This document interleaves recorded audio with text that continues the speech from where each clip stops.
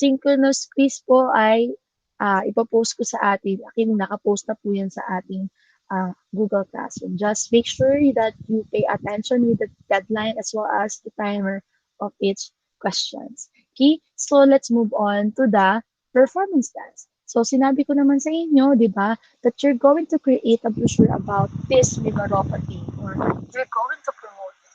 So, di ba yung mga nakikita niyo mga brochures or mga pamphlets na pinamimigay ng mga sales lady dun sa mall to sell their products. So, kayo naman, you're going to promote the Mimaropa art crafts to the world. Ayan.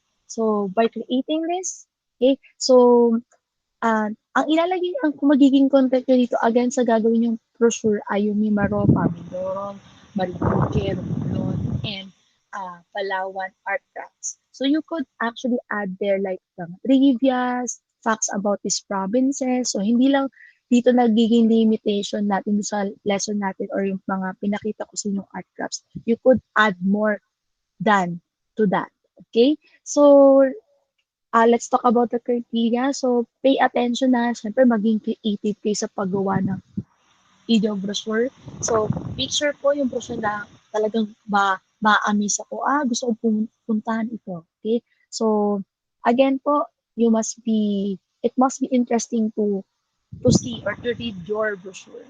Okay, next one is the use of art elements and principles. So, when say about applying this, ito yung mga patterns na motif ng Limaropa like designs na pwede nyo ilagay as background of your brochure. So, consider that.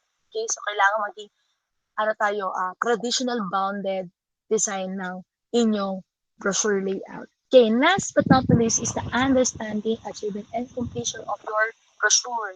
Okay? So, make sure po baka may maglagay dyan ng kung ano sa inyong brochure lab, mag-focus po tayo sa Mimaro Arts and Crafts. Okay? So, wala magsasabi na po na. So, probably if you were going to submit this well, okay, probably you will receive perfect score of 15 points.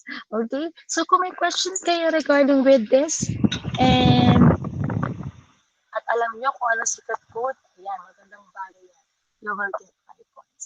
So, thank you, class. Ayan, again po, grade 7C, this is exclusively for you. Okay? So, bye po.